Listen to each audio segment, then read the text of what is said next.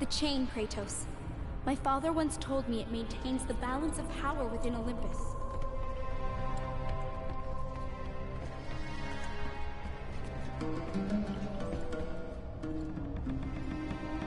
Break the chain to raise the labyrinth. Wait here.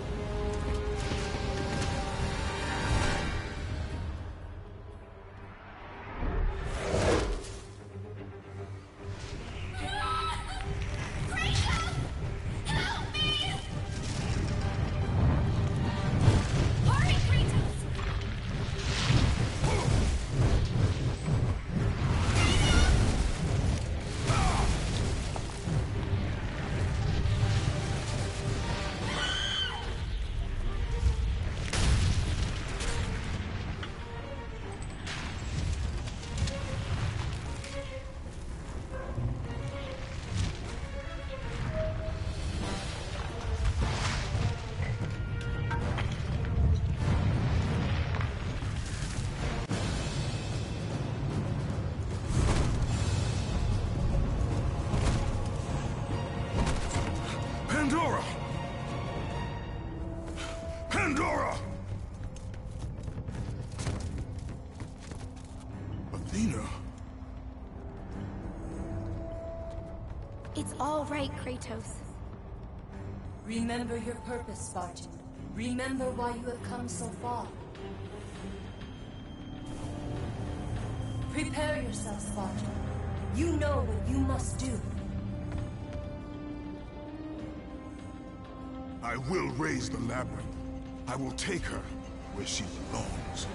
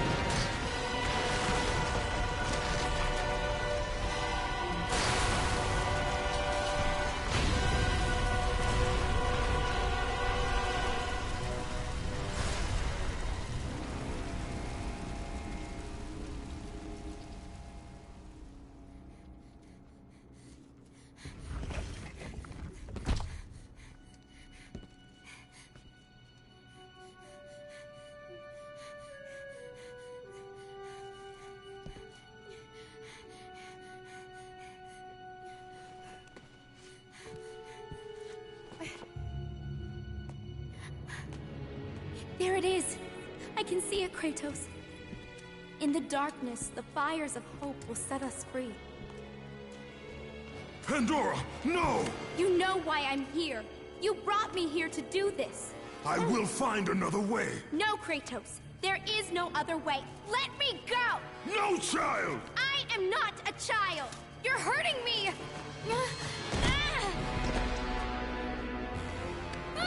Kratos, help! Put her down, Zeus! Your obsession with this thing has become somewhat of a nuisance, my son. Release the girl, Zeus!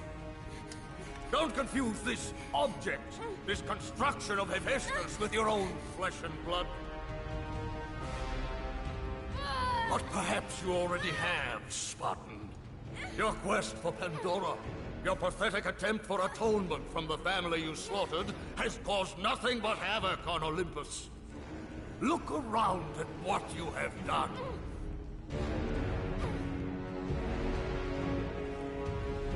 I see only what I have come to destroy.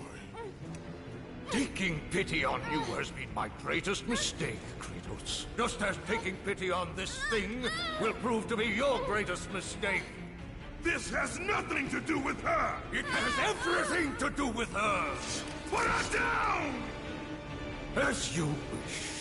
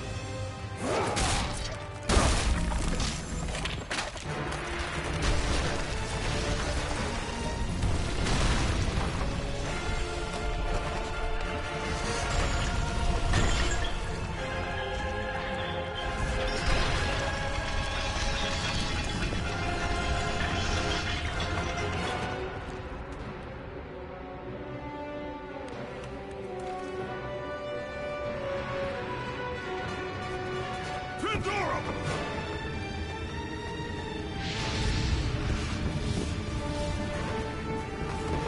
Pandora, no!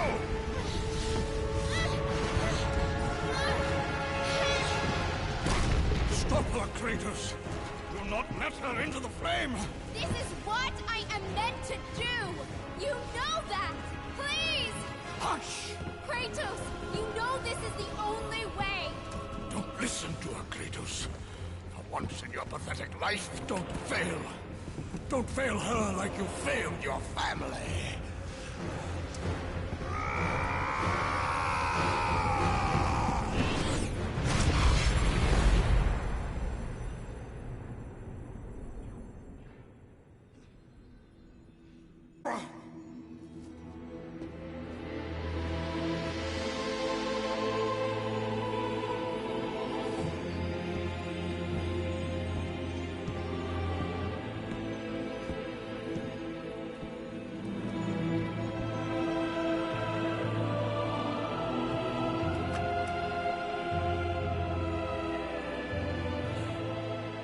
Power to kill a god.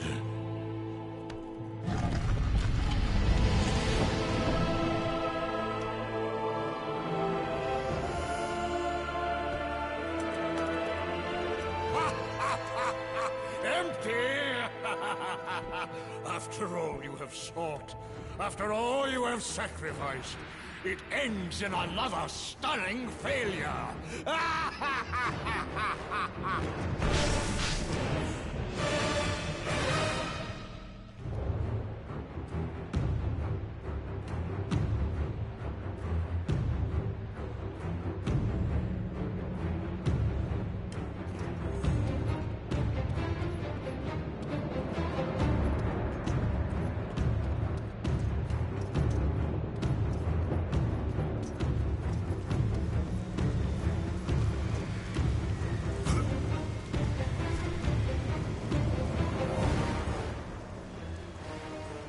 Such chaos.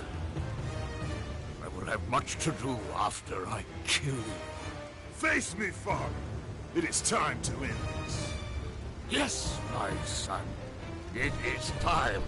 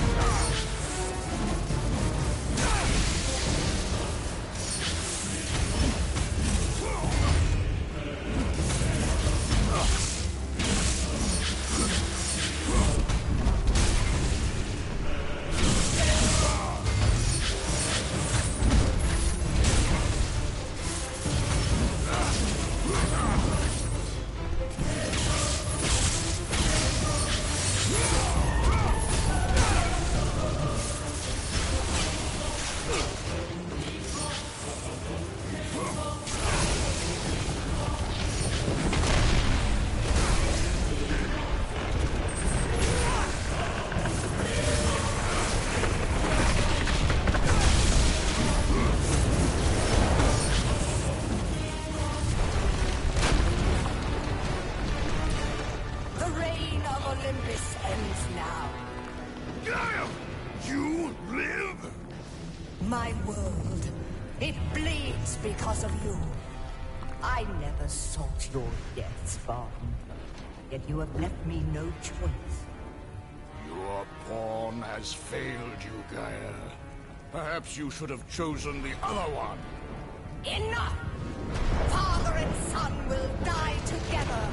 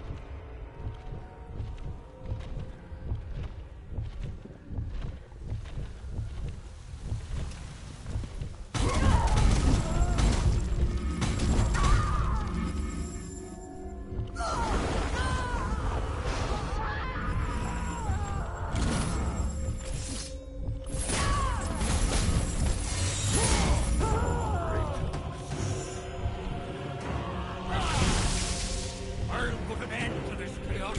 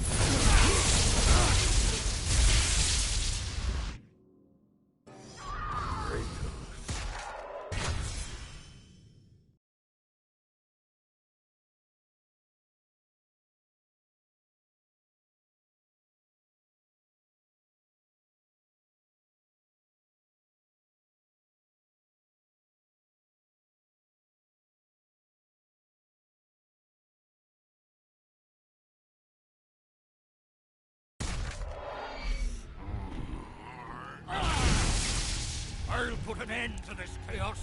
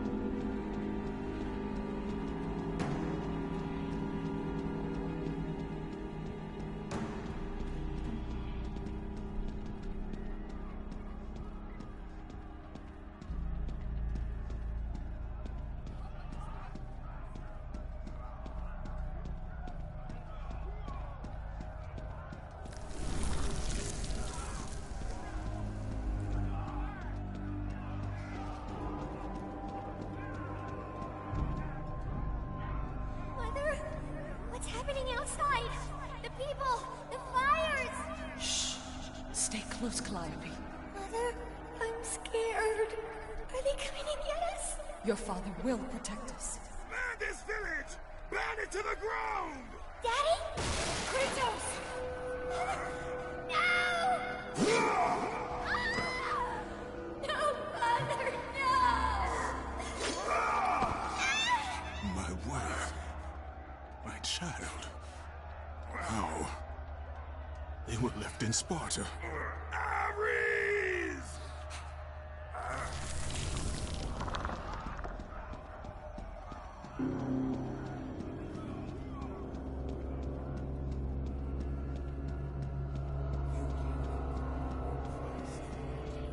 Kratos! Come. I can show you the way.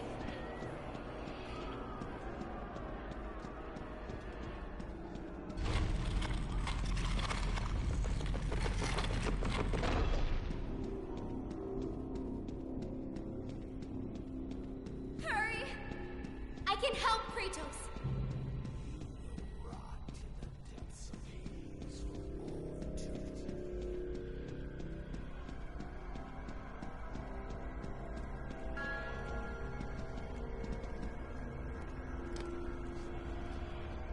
Kratos, in the darkness, the fires of hope will set us free.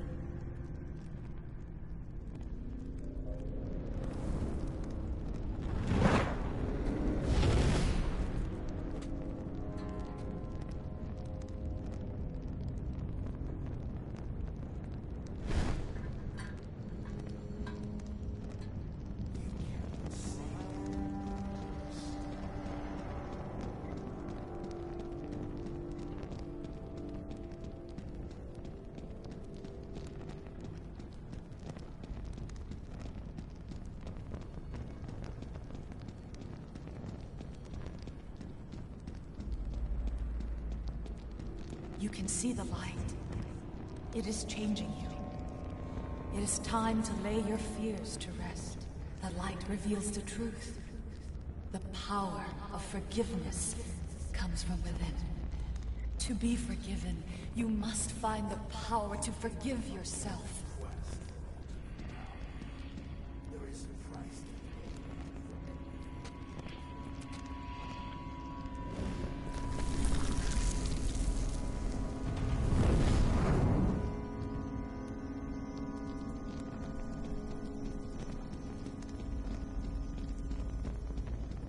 This way!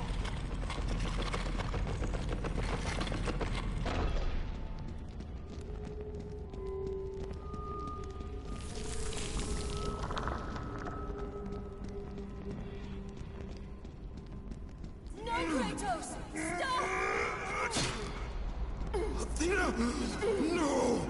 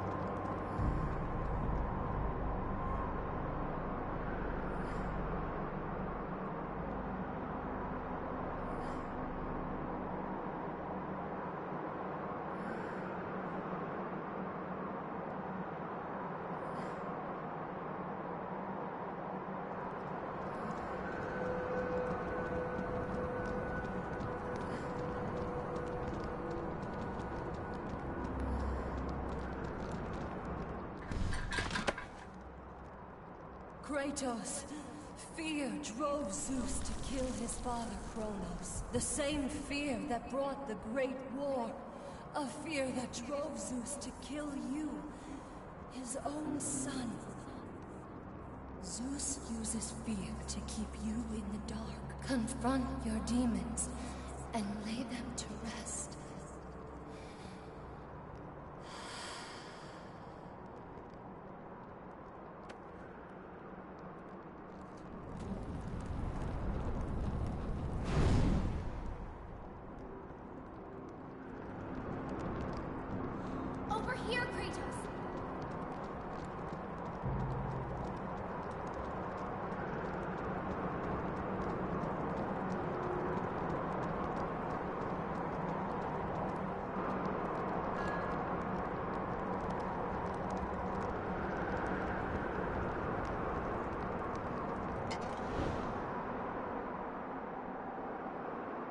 the gods of Olympus have abandoned me. Now there is...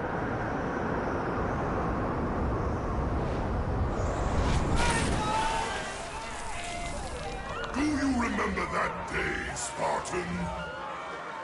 I won't allow you to hurt her! Good luck with that little whore you call Pandora.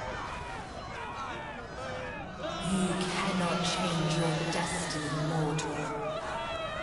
I gave you everything. Please, don't do it, Spartan!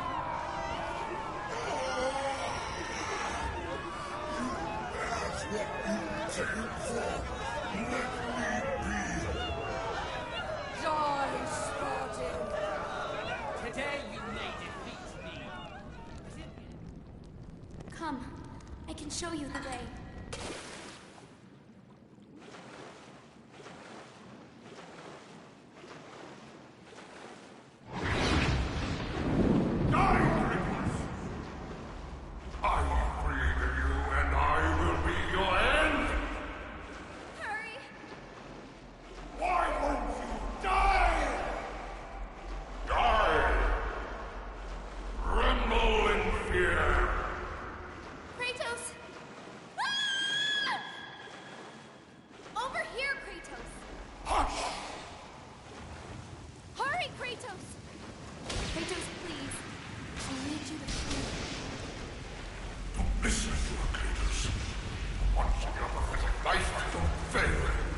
Don't fail her like you failed your family. It's all right, Kratos.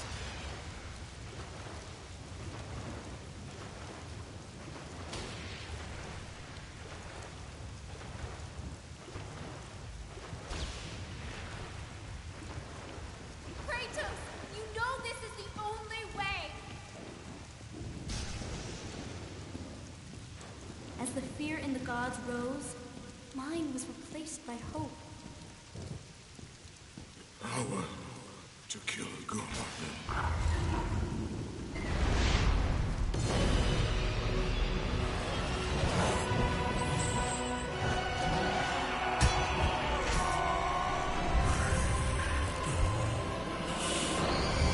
Hope is what makes us strong. It is why we are here. It is what we fight with when all else is lost.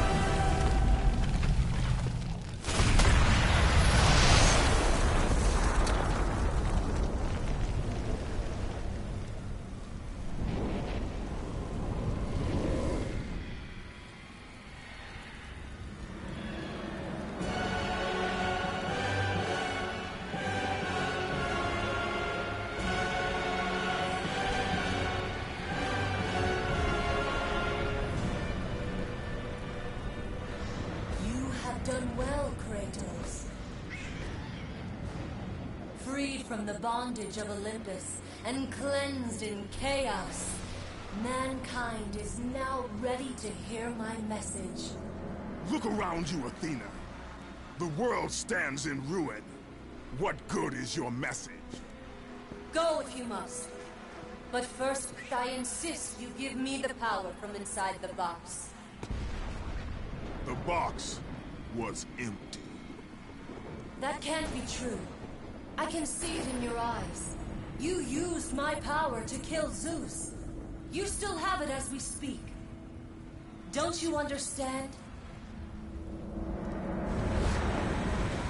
When Zeus gathered all the evils and placed them in the box, I dreaded what would happen if it was opened again. And so, I summoned the most powerful weapon in the world, and I placed it in the box.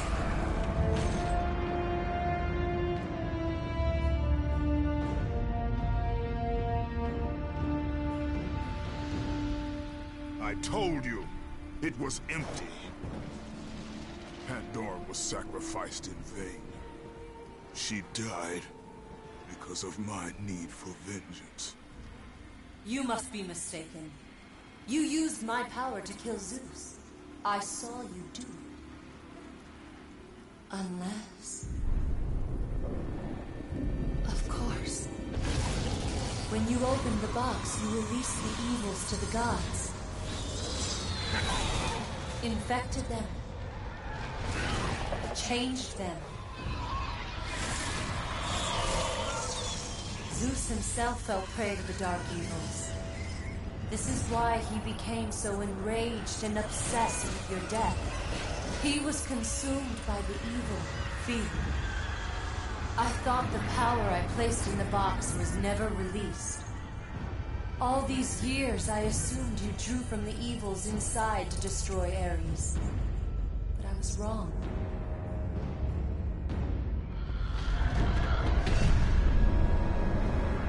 The power you took from the box is mine. From it, you gained the strength that Zeus could never destroy. A strength great enough to overcome fear. Locked deep inside of you, Kratos, is hope. It has remained buried, trapped by your guilt and the failures of your past. When you killed Zeus, you must have allowed something to awaken it. What was it, Kratos? Hope is what makes us strong. It is why we are here. It is what we fight with when all else is lost. What was it, Kratos? All I remember is what I have lost. That is why you should give me the power. I understand its true meaning and where it belongs. I trust you to do the right thing, Kratos. You shouldn't. You owe me this, Kratos. I owe you nothing. I made you a god. I sheltered you from the wrath of Olympus. I delivered you revenge on Zeus. It is over, Athena. You would dare strike me down? Again? My vengeance ends now. Kratos, no!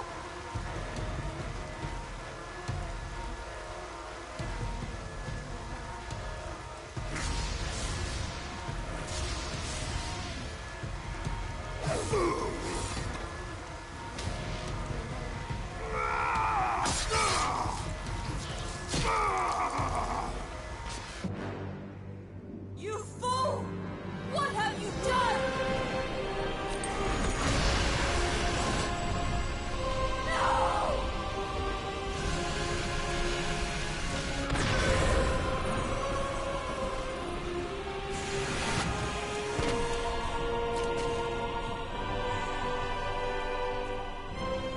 That was meant for me! They will not know what to do with it!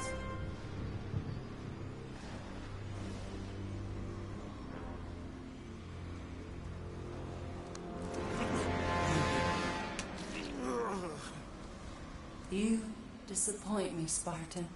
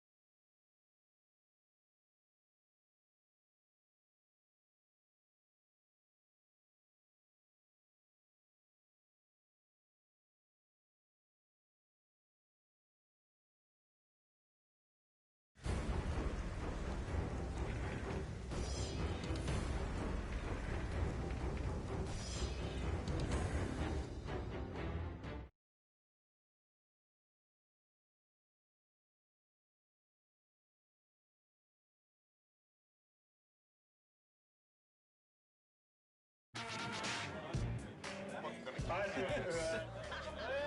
of all, welcome to our 40th annual Halloween costume.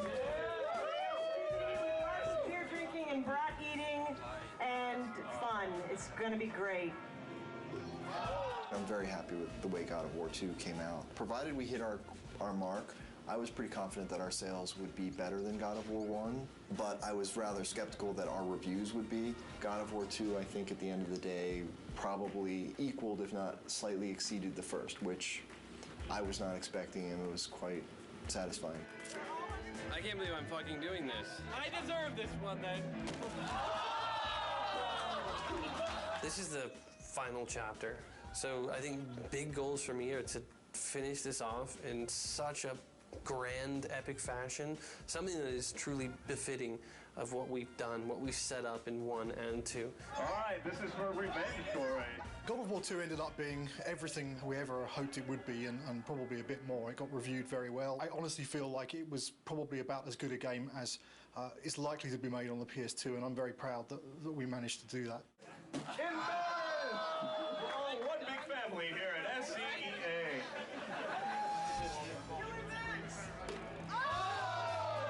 Once you start something, you got to finish it. So that's the way I look at things. God of War 3 is going to be the conclusion to the story. My hope is to make the best effects I can on the last one.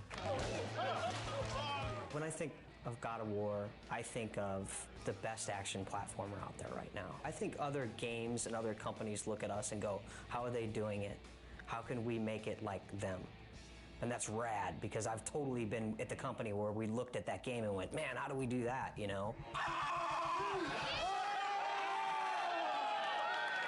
My main hope is that it escapes the destiny of sequels as well as God of War 2 has escaped the destiny of sequels.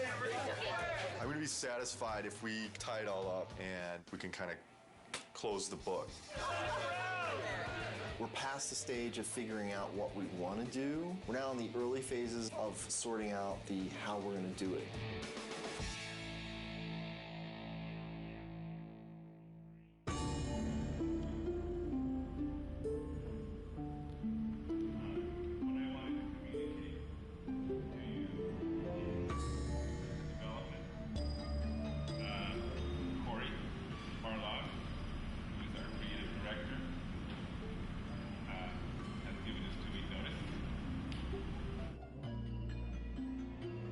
Next Friday will be my last day at Sony Santa Monica.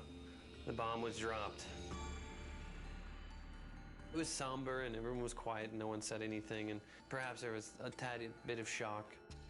It's killed me because I really didn't want to say something, but it's just nothing you can say is going to come across as anything but you're an asshole. When I heard that Corey was going to leave was kind of annoyance more than anything. It's, you know, it takes a long time to make a successful team as much as a successful product. It's always a pain when a key person in that team decides to move on. First emotion we felt was just shock. Didn't see it coming, didn't expect it. It's like dropping a bomb. Well, it was disbelief, obviously. I thought he would be the last one to leave. Incredibly bummed out, like very, very disappointed. You know, you never really prepared for something like that, you know. They don't warn you very well either. They just kind of spring it on you. It was kind of a bit of a shock. I never expected that Corey would leave the project, so. But once the initial shock died down, I couldn't help but being a little bit happy for him, because he was getting to try new things. It kind of puts us in a little bit of turmoil for now, but I think we'll work it out. I'm glad he has the balls to stick to whatever it is that he wants, but I'm also a little pissed that he's leaving us in the lurch, just kind of like holding the bag. I mean, I know I want to be here. If he needs to be someplace else, that's what he's got to do.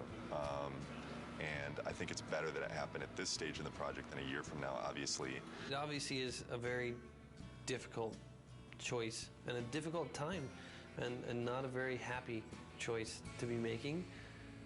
But, you know, on the horizon, the doors are opening.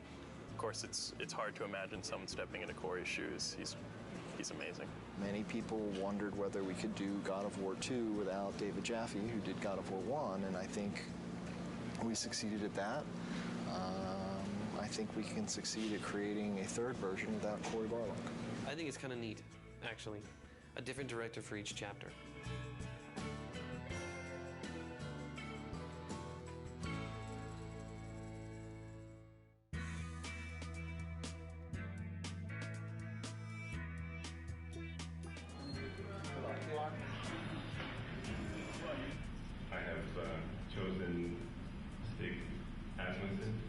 taking the helm. When I became director, there was a very warm response from the team. I got a lot of tons of support, and I mean, so far everybody's been super cool. I look back on how Corey handled things and how Dave handled things, and I draw inspiration.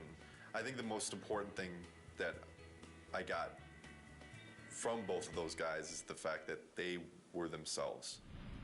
I'm super excited about this. You know, this team kicks ass, you know, and it's said a lot, but this type of situation, the kind of garbage that we've been going through in the last month, as far as I'm concerned, this team's second to none. But Stig is fucking amazing. Stig's a pretty good leader, I think mostly because you're probably afraid of him when you first meet him. The entire team really respects him. Everybody communicates well with him, and he's not unfair with any of his decision makings. From my perspective, he is much more easier to work with. He is much more structured and engineer friendly. One of my strengths is to try to lead by example. Hopefully that filters through to the rest of the team and they're able to approach their tasks with total excellence. All those leads from the last game, those key people, they're in place. And that's really where the personality of the studio comes from. That's where the drive of the team comes from, wanting to critique every element and make everything that's in the game the best that it can be. It really is driven from the leads and from the culture of this studio, and that has not changed, even through the turnover.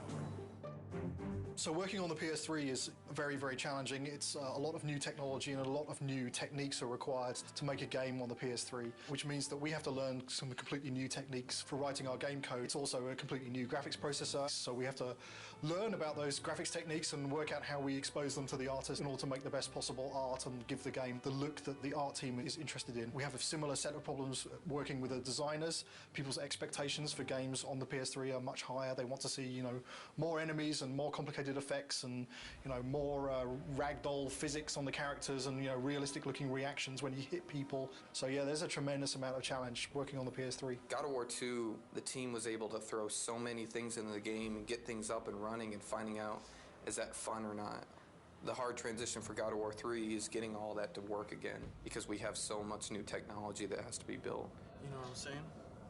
Everybody has to relearn their own personal expectations and their limitations and how they're projecting their schedules and their tasks and things like that. Everybody is counted on everybody else to kind of make accurate predictions on what they can do. It's tough right now because everything's new. It's just so much more involved. That's very worrisome. When are we going to get to the point where we can say something's going to take 4 weeks to do and it's really going to take 4 weeks to do? It's understandable that nobody understands that right now. PlayStation 3, we're able to push a lot more polygons, a lot more texture resolution and detail, so things are hyper realistic. I mean, they're so realistic now that we can actually see pores on skin and hair and eyebrows and nose hairs. You can see everything. We have a lot of work ahead of us. Every character now is like taking 6 weeks, 8 weeks. At least 6 weeks. Yeah, to make one. It's not like before, it's like 5 days we can make one. For me, it's not knowing kind of where the limits are. You can make stuff look so super realistic now, and that takes a lot of time. Whereas before, we really had defined limits. Yeah, it's exponentially more complex. And the other big thing is this is going to be our first PlayStation 3 game, and we're expected to be able to beat games that some studios have released 2, 3, even 4. Gamers are expecting us to have better technology, better art, better visuals, better gameplay. Across the board, they expect it to be better. And that's pretty intimidating in itself. We're going crazy with the detail. When it's done, I think it's going to look incredible. You're going to see Kratos do a lot more subtle movement, more facial animation, things that the human eye just, usually takes for granted, but now we can include all those things. The things that we can actually accomplish are starting to now really become things that are only limited by our imagination. With the new hardware and the new system, we're able to kind of start pushing the player experience and creating like a much more kind of cohesive world. And like, the Titan before used to be in a cinematic and now you're actually like running on the damn thing. So it's like, whoa, we're getting there. Titans, we've never done anything like that. They're pretty crazy. It's insane.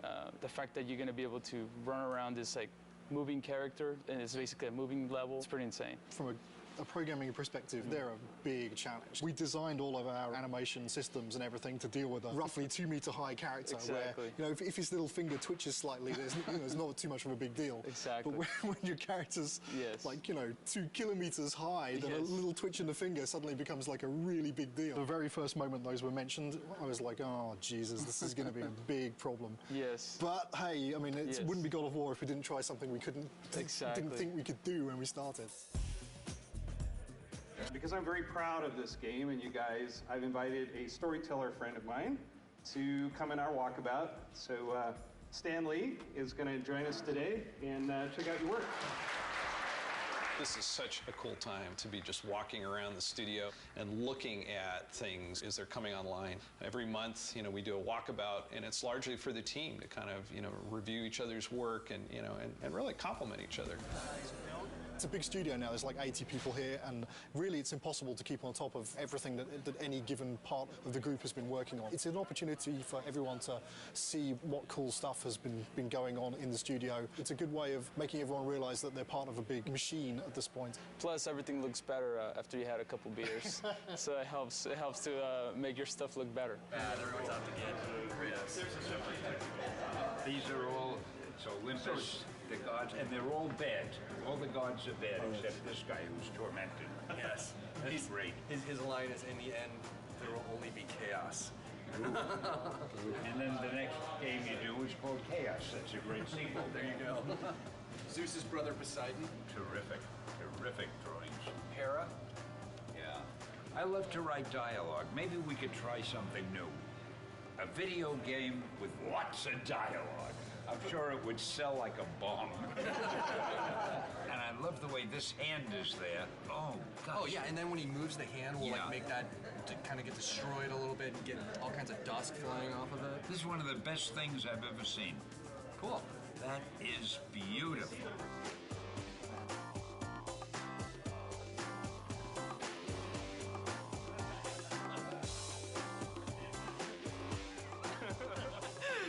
Last thing Corey did before he left.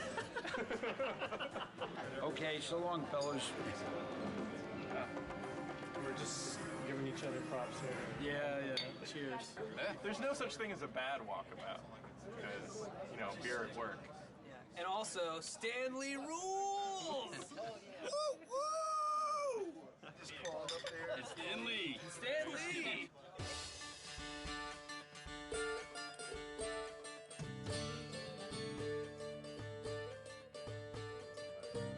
I'm fine with it as long as we make it seem like it's in-game as much as possible. I'm still learning every single day, and I imagine that process won't ever end. And there's so many things that you can learn from every individual on this team.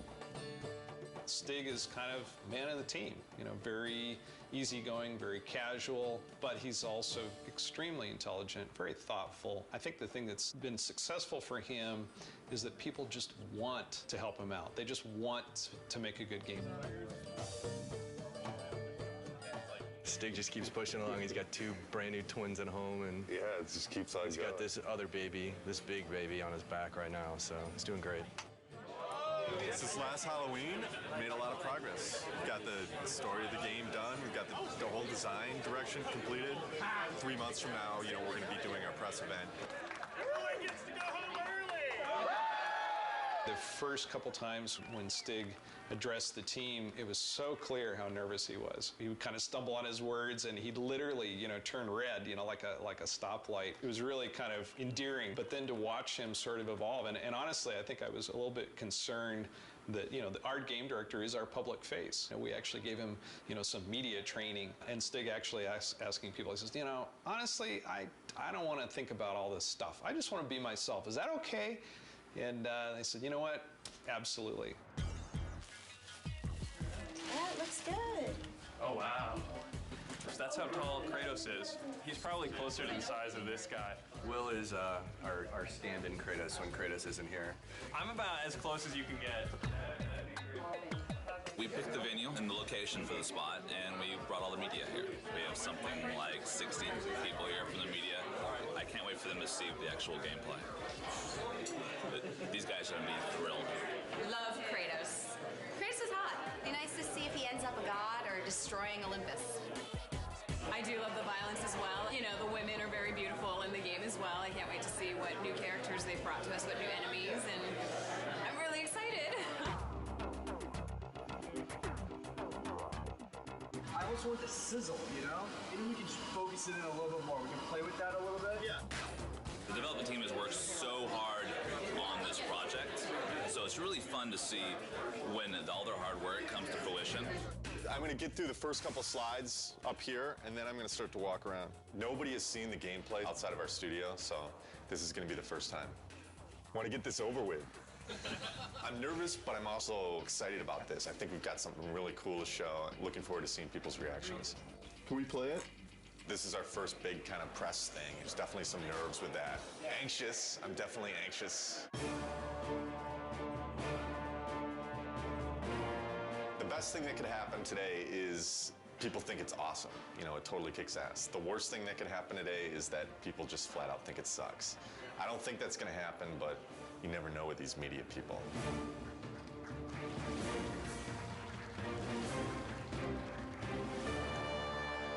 What is the vision for God of War 3? We want to define this generation with this game.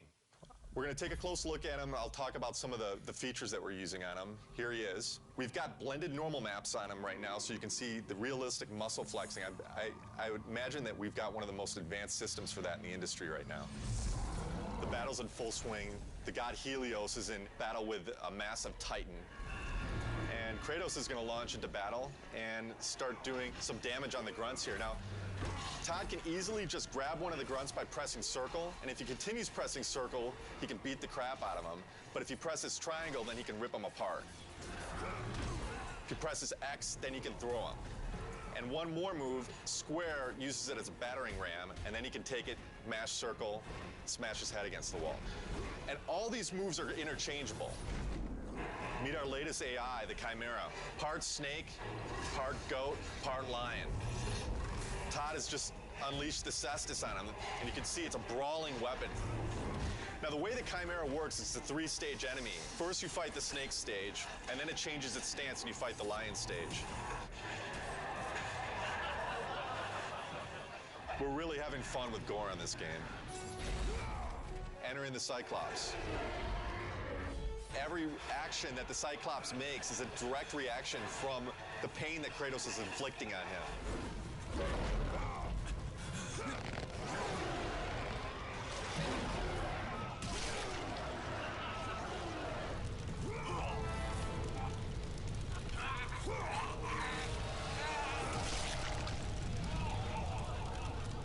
Well, that's our newest upgrade, the Helios Head. It can be used to reveal secrets. Todd has now found the door of Eos. Another thing the Helios Head can be used as is a lantern in darkened areas. This is our newest form of travel in God of War, Icarus Ascension. Todd now has full flight controls over Kratos and basically dodging gameplay.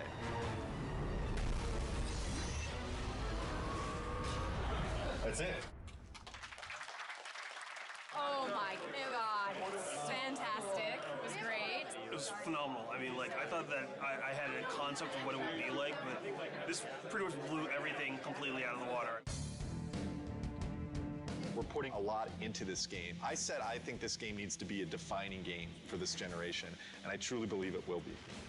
I can't comment on what the future holds for the series because, you know, I'm focused on God of War 3 right now, but this is God of War is, this is it. This is the end of the story.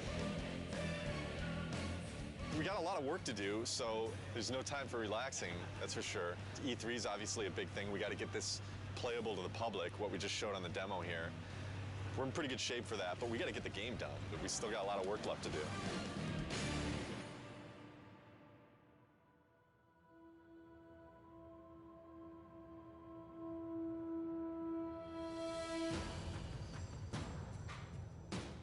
Right now for E3, pretty nervous about it.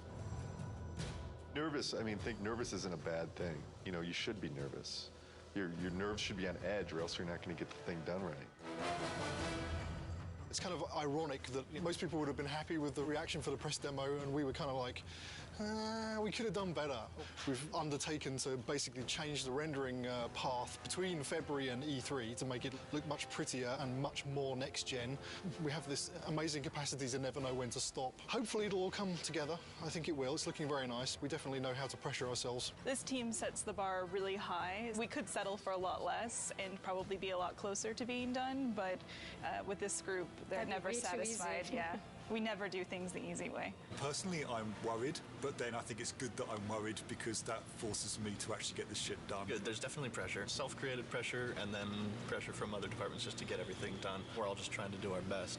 I think the most pressure we get is from ourselves. Every team is always looking at the other team's work and commenting and critiquing. So we're really pushing each other the most, I think. It's a lot of back and forth.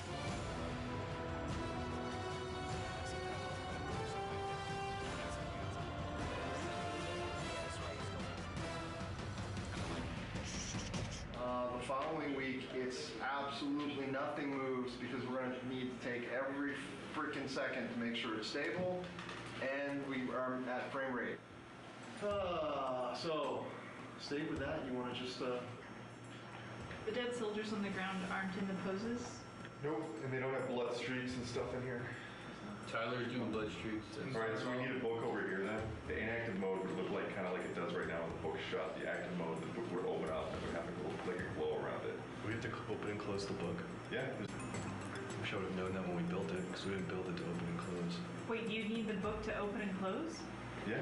There's no limit to good ideas, but there is a limit to how many of those good ideas that you can actually implement. And even if you make decisions and you make progress on things, it doesn't mean that you can get all those things done. We need to be able to tell people this thing is active now. Can we remove it for E3? Are you serious? No, I'm not. I mean, there's a lot of other shit here to get done besides getting a book to have in an active states. Let's say we don't do the open and close for E3.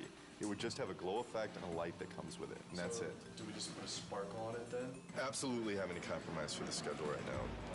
I have to trust production, and I have to trust the fact that they're telling me that we can't get things done.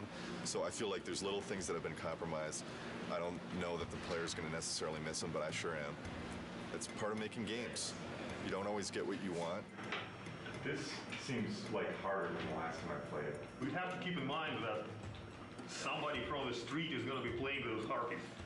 And I don't know, the way it looks right now, on 3 tries, people will throw down the controller. The stuff we just went through, pretty rough. It's a little frustrating from the respect that it's been kind of at this state for a long time now.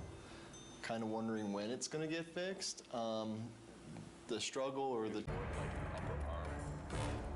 This is sprint week, meaning we're making a big push this week to get a lot of work done and make some headway going into E3. As far as crunch goes, we're not going to call it crunch anymore. We're going to call it a sprint, and then everything will be fine. So as long as we do that. Change the name, it'll all be fine. Tonight's the first night of crunch. Yeah. Yeah, so... We don't like the euphemism sprint. Fuck. I hate crunch. It sucks.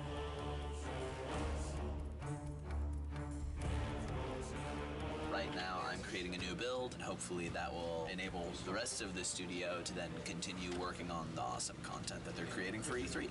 They're definitely waiting on me. Definitely. As far as my end, I feel I'm okay, but then at the same time, I kind of feel like I'm waiting on technology a little bit to kind of come online. We just have a ton of bugs to fix. We're getting new technology right now, and the lighting's kind of broken, fog's kind of broken, so we're just trying to kind of survive, fix all our bugs, and get all of our tech in place so we can get this thing done. You're sprinting now. Yeah. Tonight's the first time the team has worked together as one, and there's a certain kind of level of excitement that goes into it and dread because we're still working, but it's a fun group to be with and we're trying to get stuff done. You know, we can only do so much, right? And we'll just try to do as much as possible, as quickly as possible, and that's it. Hopefully we end up with something pretty cool, though. This is the biggest E3 we'll ever have. Everybody wants to still see if Santa Monica still has it.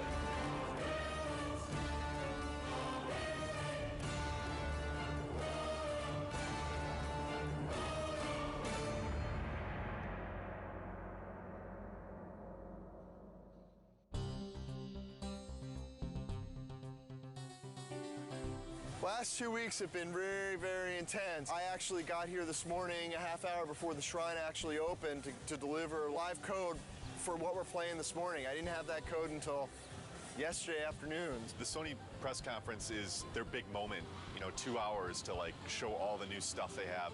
And it's going to be broadcast on live TV and web. And we're going to end the show with God of War 3. Anytime that you go first or last, if you open the show or close the show, it's an honor. I guess we're happy that Sony seems so committed to our game. It's nice that all of our hard work over the last 7 years, really, because that's how long we've been working on the God of War series in total, is really getting the reception that it seems to be getting. We're real excited that we're closing the press conference. It's a great opportunity. It's a great way to end. We're going to be live on stage playing real live code, so nerves are definitely high. Like a lot of jitters. Stig's going to be talking and I'm going to be playing on stage, so a little stressful. Got to take the edge off a little bit. Headlining scares the shit out of me. I've never done something this big, standing in front of 2,000 people or however many it is. This is one of the most eagerly anticipated games of this generation. I'd like to invite Stig Asmussen to the stage to show you the first few minutes of the jaw-dropping God of War 3.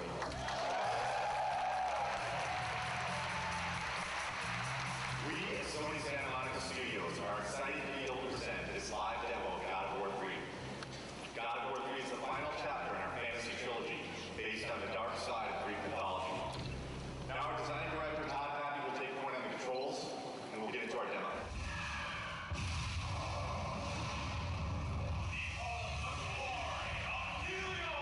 I'm really anxious. I'm really excited.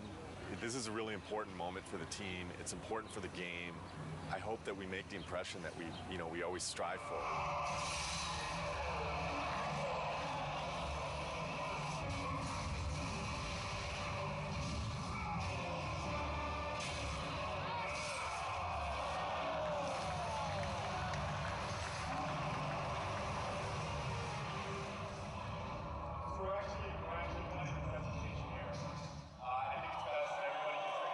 The demo is now live on show 4, and we have an extra 20-minute gameplay so you can see how it ends. God of War 3 is due for release March 2010. Thank you. One line. Amazing, fucking awesome. People really seem to dig it. This went well. I don't see how it could have gone any better. Well, I'm kind of glad that E3 is back. It's pretty exciting. It's been a couple of years since there was a really decent-sized E3. It's always exciting to have your game here. This is what we work for. E3 is like Christmas. We've got 12 kiosks set up with God of War. We had a great time last night setting it up. It was actually, we got there, the Sony booth was relatively quiet. All the games were up and running, but there weren't a lot of people playing anything. We started loading in the God of War, and people started lining up behind me to play it. I had somebody tell me today, one of the producers of another product told me when we got in there and loaded our code, all work stopped at the Sony booth so they could come play our product. Hugely flattering, big kudos to the team. Got chills just having that whole experience. It was awesome. It was excellent. It was, disgusting and exciting all at the same time. I waited an hour to play in that game. When you finally get to decapitate Halo's head, that was like amazing. Didn't expect to see that. It's pretty brutal. I mean, way more brutal than like the first two. Every new game, they bump it up a little bit, so it's definitely good stuff. I waited in line 2 hours to play. What can I say? It's God of War with unforgiving amounts of violence, great gameplay, kind of thing that, just spend all day playing, not call your girlfriend, whatever, who cares, right? Super pumped to see it. Makes me so jazzed. So this is Christmas. It's Christmas. But it lasts 3 days. We can't believe it's back, It's like awesome. Really good. I'm so fucking happy that E3's back. I mean, it means so much for the industry. Seeing the team really doesn't see, people's reactions and just even the oohs and the ahs at the press event, it makes it all worth it. Just seeing the people's faces. I mean, that's why I make the thing. I want to take people to that next level.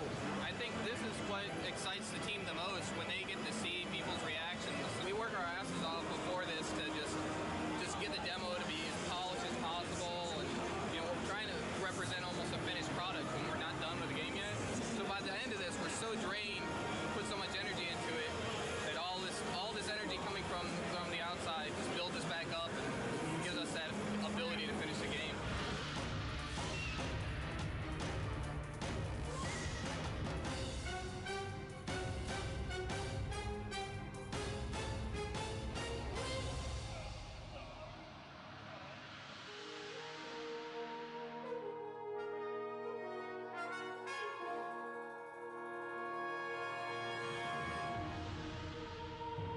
E3s was a huge milestone for us. A lot of publicity, a lot of great feedback and great exposure. E3 was awesome. I have to say it went very well. Seeing all the fans and watching everybody play totally put us in a different mindset coming back from that. You really get locked up and don't really see people's reactions working on something for so long, and going and seeing people line up for your game, that's more than you could ever want, you know? It just kind of invigorates the whole team into coming back and working on something and wanting to put your heart into it and make it even better. I think we did a good job with it at E3. And that shouldn't be our high point. That should be like our midpoint. Alpha is when the whole game from start to finish needs to be in one bag. It can have placeholder assets, but you can fly basically through the whole game or walk through the whole game, and everything's represented in approximately the way that it will ship with. Yeah, so ideally by Alpha we shouldn't go, oh hey, we need that extra bad guy, or hey, we're going to add a new boss. Which we've done on other games, so. But ideally on God of War 3, you know, Alpha will be, okay, all of our pieces are in. And then after Alpha becomes Beta, and Beta is basically art lock. I want to make sure that when I'm playing the game, I've got a smile on my face. You know, I've played God of War for the last 6 or 7 years of my life now. As long as I'm got a smile on my face, I think there's a good chance that that's going to translate over to the fans. If you kind of take a look at this here, you can see this character that's the size of the Sears Tower, roughly. It's about 1,500 feet tall. It's a different kind of boss battle. Kronos is more than Gaia, is more fully alive, and you're more fighting on a character that's moving around. So this has been very tedious and challenging and time-consuming to put this together, but I think at the end it'll definitely be worth it, and people will feel like they're playing something they never played before. Kronos will actually thrust his hands forward into his scrape and leave his fingers there so that you can actually attack his fingernails. We'll have a breakable on the fingernail, and then the fingernail will bring up a circle prompt. You'll grab onto that and in the CS move, and then basically do a struggle and then rip it out, and you know, it'll be kind of a gory, cool, memorable moment. We actually want to make this awesome. We want to make this gameplay super exciting. It's going to be everything people expect from what the Titan fight should be. What are the big tech issues, Chris, that you need support on? The only big tech issue we need support on at the moment is the issue with the collision. The more static you can get him, the more precision you will get in your CS move. The problem is that since it's a skin collision, the skin itself is not just a non-deformable object that you can rely on to not have change from one frame to the other. That's the biggest issue we can have.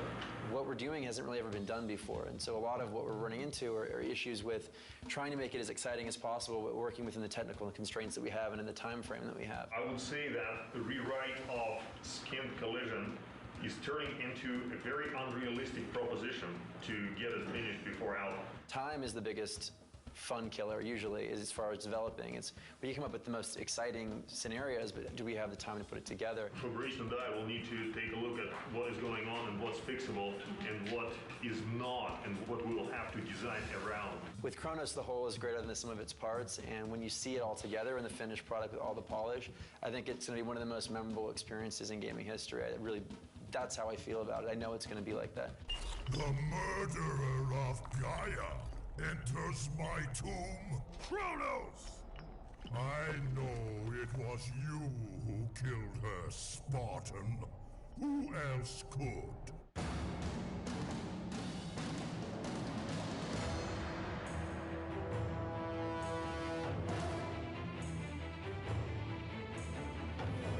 About a month back, maybe 6 weeks back after Alpha, we were looking at the end of the game and we felt like there was a lot of fighting and it didn't really tie into the story. We had a couple brainstorming meetings and we came up with this idea that it would be really cool to go inside Kratos' head. Because that's where the struggle is really taking place. The story's really never done until the game ships.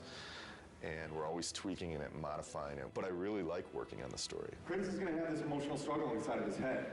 And, you know, really the object of this game is he has to realize that he has hope inside of him, the power of hope. And that's what he originally got when he opened up Pandora's box. He didn't get the evil things, he got the good things. And I think it's going to be really, really fitting end to the trilogy. Keep in mind, you know, we're very close to beta here, and this is the big stretch. And we really, really, really got to be zipping things up. Let's do it. That's all I got. That's all I got.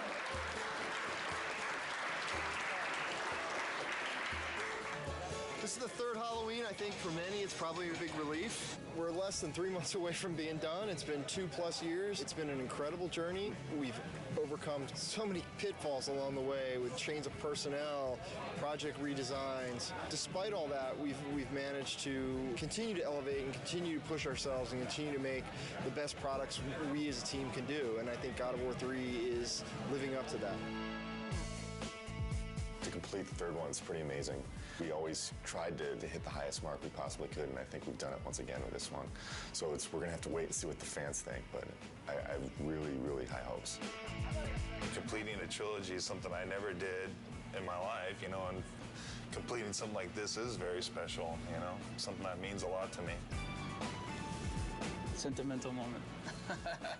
This is truly one of the best teams I've ever worked with. I mean, across the board. I've worked with teams that were really strong on the art side, or really strong on design, or really strong on technology, but this is the only team I worked with that fires on all cylinders. The team faced a lot of challenges. The interesting thing is that this team has always faced challenges, and it sounds kind of cliche, but they're really good at facing challenges. Yeah, I agree 100%. You know, I mean, we've discussed a lot. Obviously, we've gone through a lot of different changes, and the team always, I mean, you can put it any better, but they always rise to the challenge. We really sat down and focused what we wanted to, make good, and whatever wasn't working, we just kind of threw out the door and said, this is what we want, and that's what everybody focused on and made good. Fans are going to be blown away. We're still getting surprised as far as how good things look. The game's awesome. It's going to be good. Been working with Kratos almost 7 years. I've learned a lot. He's taught me a lot. We've had some good times, but it's time for him to go to bed for a little while.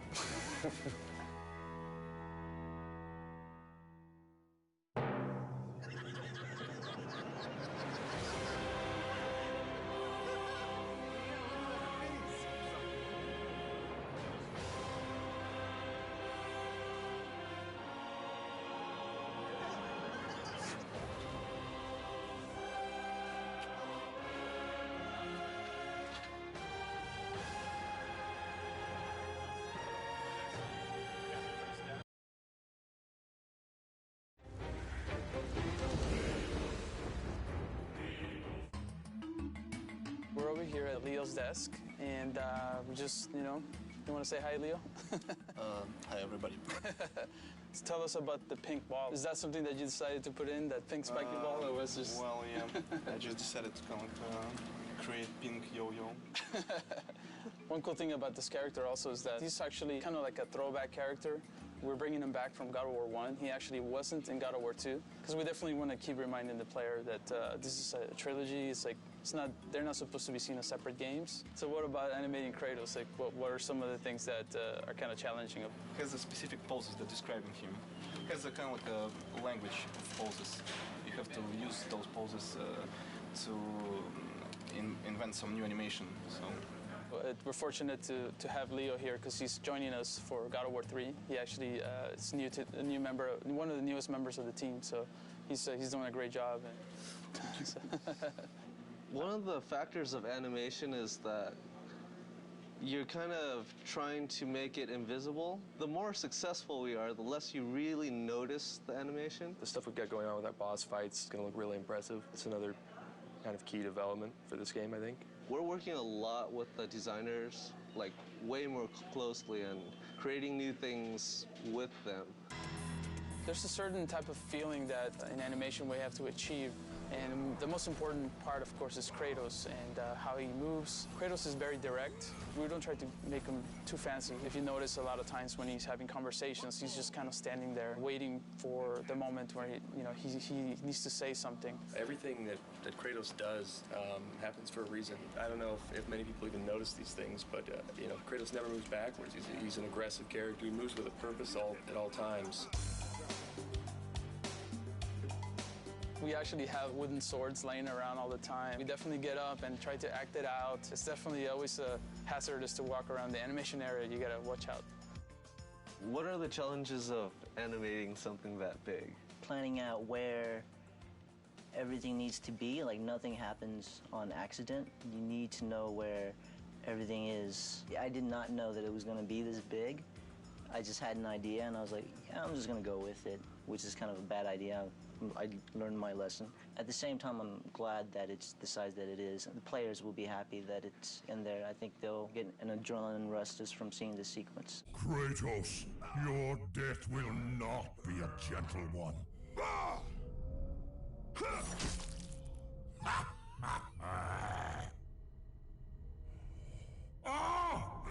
My eyes!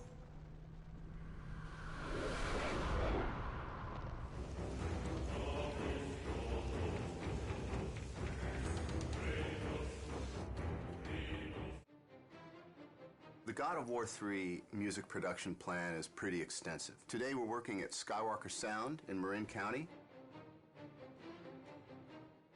We're working with the San Francisco-based musicians from the San Francisco Symphony, the San Francisco Opera, who are phenomenal. We're really fortunate to be working with legendary engineer Leslie Ann Jones. Tim Davies has orchestrated everything, and he's conducting from the podium. That's pretty sweet.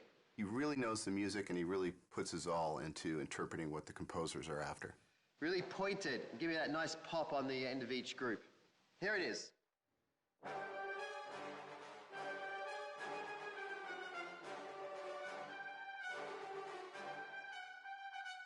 Beautiful, thank you. The music originally comes in from the composer in what we call a mock-up, which is basically he's using his synthesizers and samplers, and we call them fake strings, fake brass, fake choir, to assemble the composition. And then once it's approved, it comes to me to translate that and put it on paper for the orchestra. It's damn expensive to have an orchestra sitting there, so my job is to make sure that everything's spotless on the page in their language.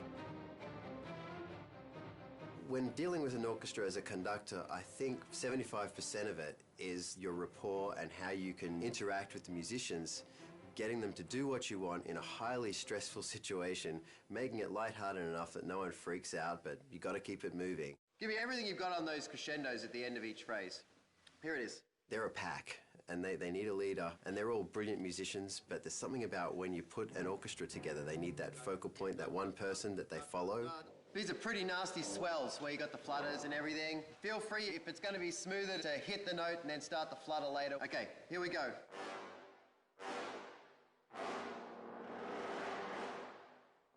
They can smell when you walk into the room if you can do it and if they're going to go with you. I've been lucky that, they like me, and I've been here a lot to the ranch to conduct.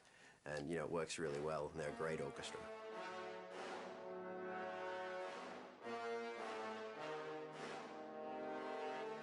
Originally on God of War 1, we had several composers, many of whom have remained with us through the God of War series. And the reason for this is not because one composer wouldn't necessarily be able to compose the whole score.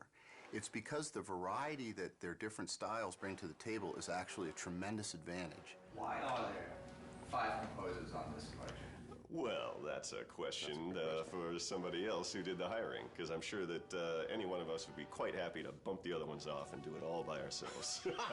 And a different alternate to that answer is the reason being is because each one of us actually have a very strong voice in how we write and approach music.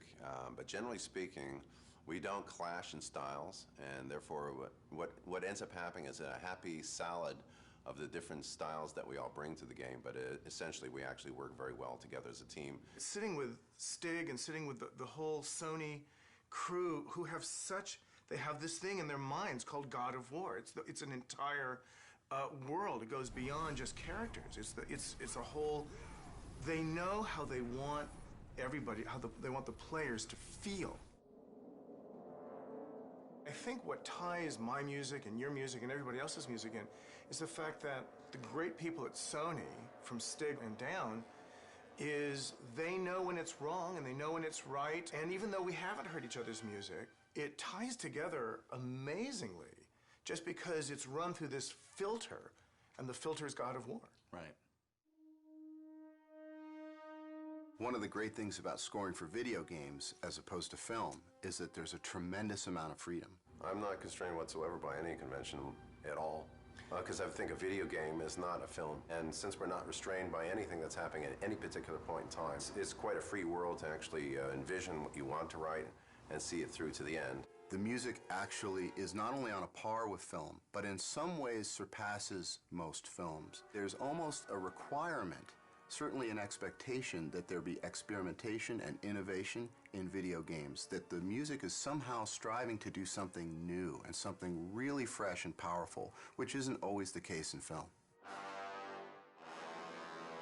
When it comes to raw power, I mean, this actually goes to another level than most films. Oh, yeah. Yeah, we have to write music that must exist and take care of the atmosphere that you're in and add to the intensity of the battles that you're in. It's kind of carte blanche. We get to write these amazing sounding scores and have it backed by 40-plus piece string section, 20-plus piece brass sections. The sky's the limit. We use a oversized brass section, so it's double the size of a normal standard orchestral brass section, just to give us this massive power and this huge low end. Guys that play low instruments, all they want to do is play low, and so we give them that opportunity. You get to unleash and not hold back, because the game never holds back, never. I talked to the orchestra and I said, if you have any moment that you have all of a sudden a feeling of lyrical beauty coming your way, ignore that completely and just go for the brutal, brutish, aggressive mentality of this score, and you'll never go wrong. That's hugely fun. And it's so much more fun to write bad music than to write, good music. This is one of those games that actually lets you go all the way to the end of how big could it be, how nasty could it be. And it's great to do that. Of course, at the end of it, you just want to do a romantic comedy with some clarinets and...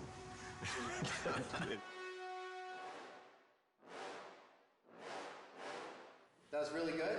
At least as composers, we're being hired to do what we do, which is write melodic material, aggressive, edgy material that people remember. Think about when we went to go see your favorite movie as a kid, and you walk out humming the theme and you want to buy the soundtrack because it's such a great part of the experience, and that's what we're trying to do.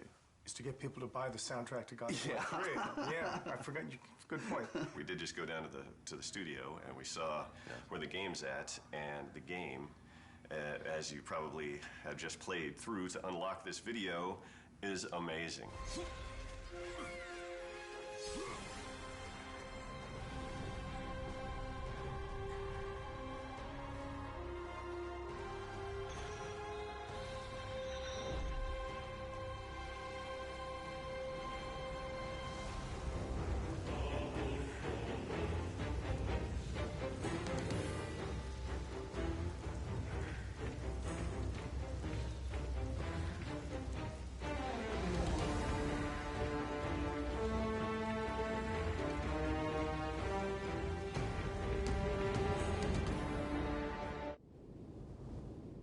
This recording session for God of War that we're starting today is the culmination of a lot of preparation. This is definitely the most complicated session I've ever put together.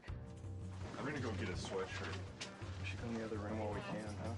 One of you here and one of you here. How close do you need to be? Here, just duck under the microphone. We need to take a couple minutes to readjust where things are. I'm a little nervous about this session, just the number of variables. We've got a lot going on. 2 actors at a time. We've got a lot of people going to be at the session. We've got facial capture, we've got teleprompters, we've got all kinds of stuff. It's a new studio. There's room for error, but I like to think that I've nailed everything down before we got there. But I'm definitely, my breath's coming a little shorter today than it normally does. We are moments away. What was it, Kratos? All I remember is what I have lost. That is why you should give me the power. I understand its true meaning. And my character, I like to think of her as she thinks she's doing something good, but in reality, she's trying to take over the world. Kratos, she is the key to our revenge. I trust you to do the right thing, Kratos. You shouldn't. Kratos, I found out, is a piece of me that I kind of didn't know existed. It's kind of a dark side that it really is fun getting a chance to explore. I delivered your revenge on Zeus. My vengeance ends now. I owe you nothing!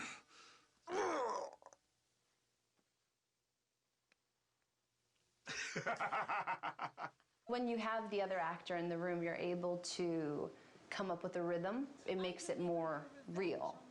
I really, really like it. It gives you a chance to play off of what the other person is doing as opposed to doing it by yourself. We're getting so much from this performance that we wouldn't normally get. I'm totally stoked about it right now. You owe me this, Kratos! I owe you nothing! Bravo. That's perfect. Awesome. Excellent. That was it. That was it. I knew you'd come back. I've never worked with the prompters, and it's really freeing for the actor because, you know, you're looking straight ahead instead of always, you know, face down in the page, and it's really a cool experience. Find the labyrinth! Ah! Ah! Please! Help! Kratos! One of my favorite things to do is scream. I really, I like it. I don't know why. Maybe, no, I don't know why. I saw Zeus torture my father. I just try really a simple approach to it. It's bringing those words into your character and actually thinking a thought before it. It makes it more real. They called me a monster. Beautiful. Natalie was new. We had never worked with her before. She was an ace. She totally knocked it out of the park. Many more variables than a normal voiceover session for a game today, and it went very, very well. I'm happy with how today turned out. It's phenomenal. Phenom. That's all that really matters is Stig is happy, and if Stig's happy, we're all happy. Yeah. Who is Hercules? Well, it was me for 7 years on TV, so this is a whole different look. I didn't quite have that look. I had kind of more gear on, and I didn't weigh, 4,000 pounds. This guy's like about 12 feet tall. They called them labors. Ha! There you go. That was good. That was really good. Yeah. Kevin Sorbo was obviously an easy choice because he's Hercules, but not necessarily in terms of the way that he's played Hercules in the past, a little bit of a departure. Can we get, but this time, brother, more seething? But this time, brother, this time I will destroy you. That's good. In this game, he's a much darker brute. He's not the brightest light bulb out there, but at the same time, when it comes to war, he's brilliant. The direction is more pissed. Okay. As pissed as you can get. The most valuable I can be is to take what the creator of the game has been imagining and seeing on paper for a long time and bringing it to life with the voice, and trying to find different ways to get to actors to achieve what he wants to do. Try one thing, if you would, Kevin. Yeah. Take the breath after stables, and then you can finish off the phrase. Okay. The most frustrating thing about doing voiceover is the amount of time you've got to do each line. You've got to repeat it, but you've got to also do it in so many different ways, so many different inflections, and you end up losing your voice. Have you not killed enough of your family? That's a good. Good. That's very good. It was a slam dunk. He really brought a passion to the character. He was very professional. His voice was kind of running out. That's when he gave some of his best stuff. Fantastic. Beautiful. Yeah. Fantastic. Thank you. It wasn't the same Hercules, not even close to it. So it was a darker and more sinister person and a more evil person to deal with and play. But from my standpoint, it was a lot of fun. It's the way to start. New day of recording. Very excited about it. Today we're doing Rip Torn and Malcolm McDowell. The game's based on Greek mythology. This guy's like the Smith god, and he's like always the Vulcan. Yes, exactly. The Roman name for Hephaestus is Vulcan. He's the god of fire and he's a great blacksmith.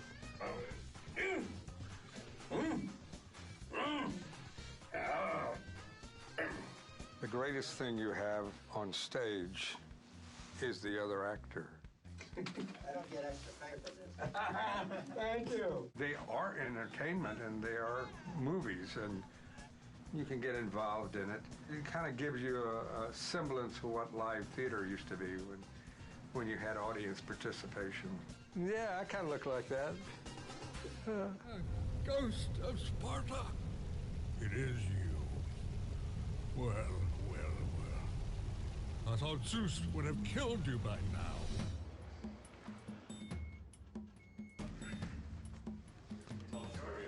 Daedalus. Oh, and what does he do? He's the inventor. He also created the labyrinth. Labyrinth? Oh, wow. And where is the golf course? It's really cool. He lunch with Malcolm McDowell. I can't beat that. The Ice Storm. That will give me the power to bring my son back to me. Where is my boy? That's awesome. You bastards! That was awesome. Hey, fabulous. We want to protect it with one more, please. Oh, we're not going to go protecting all these takes, are we? Yeah, Don't we tell are. me we're going to do 2 fucking takes. Why don't you just use a bit of proper tape? Why do we have to do 2 takes of everything? Well, because we Not for protection. Yeah. Oh, come on. Let's listen to it. That's nonsense. And we're going to listen to one line and be right with you. Okay. You don't mind, right? Because it's really, if I'm in a jag and it's going, it's going. I hear you.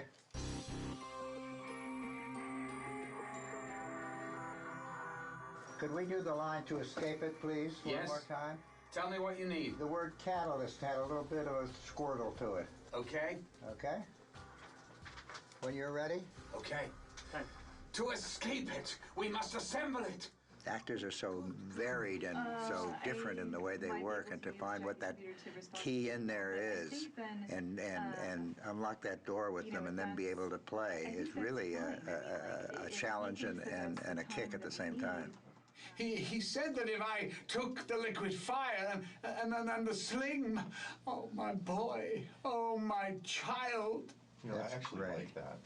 That's different than what we thought. Terrific, thank you. I like it. Vengeance on the king of gods. You'll need an army of gods. And weapons. Of course, weapons. I could build. I could use the fire of Hades. Wait, please. Please, wait. Free me. Free me from my torture. We're good. We're good. Thank you, Spot. Thanks, Barton. I say, thanks so much. Cheers, So good kind. sir. I say squatter. We're not used to people coming in here and nailing it so, like, basically knocking it out of the park like this. So Oh, really? we had more time, so. Well, no, okay. Well, listen, I just thought, oh my God, I thought I had reams and reams and I had to do everything twice. It was like, oh my God, if you've got it, you've got it, right? Right. Yeah, we got some great stuff. Great. It's fantastic. Terrific. Good. Thank you. My pleasure. To work with Malcolm McDowell and Rip Torn in the same day. Same day, yeah. Pretty wild experience. Yeah. It's fascinating to me, too, the different acting styles, because Malcolm McDowell is very much the Royal Shakespeare Company, and it comes in, you know, word for word like that. And Rip Torn is more of the old actor's studio, and he's a little bit up and down and nowhere, but out of that comes a gold of its own kind. There's an extra level of dimension and texture that we got to them that's just through the fact that they're fucking good actors. Now that we've gotten the recording part of it down, my stress level has decreased a great deal. Now you can have a glass of wine. Now I can have a glass of wine. You are the reason I live in torment. He told me he would kill you.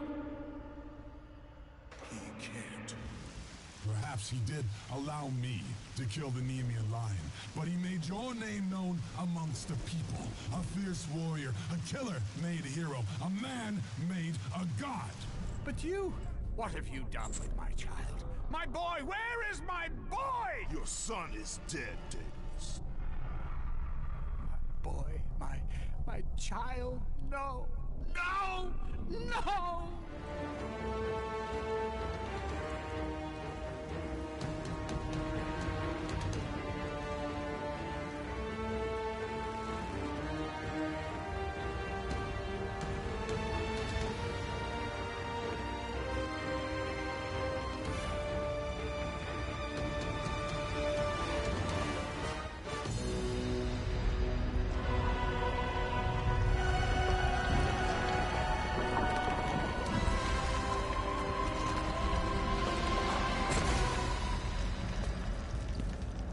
What will you do, Father?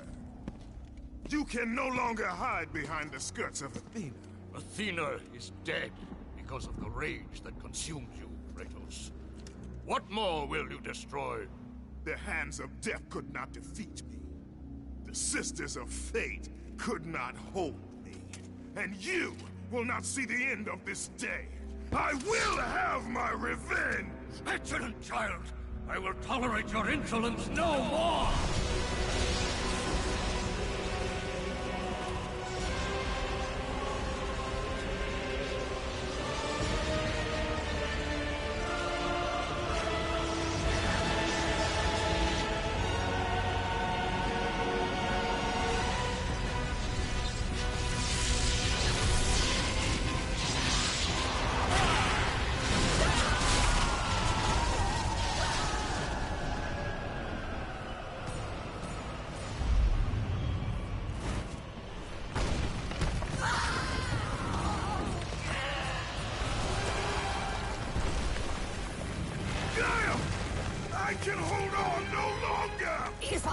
you, we will both fall.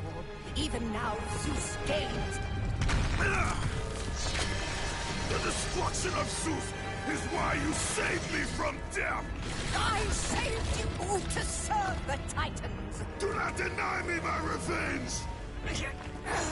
Listen carefully, Kratos. You were a simple pawn, nothing more. Zeus is no longer your concern. This is our war, not yours!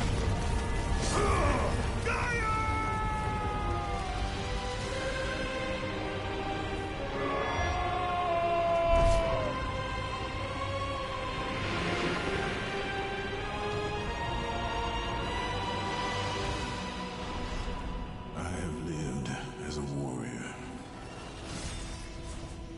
I have died as a god. Having suffered the ultimate sacrifice, I have been denied release.